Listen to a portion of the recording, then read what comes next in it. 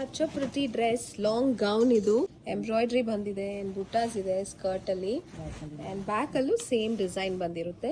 Net ಅಲ್ಲಿ lining, and you also have satin lining and a can lining. Amazing. And you can also wear it with this beautiful jacket. Pretty festive collection, frock model top, pretty color. ಇದರ Chinese neck ಬಂದಿದೆ.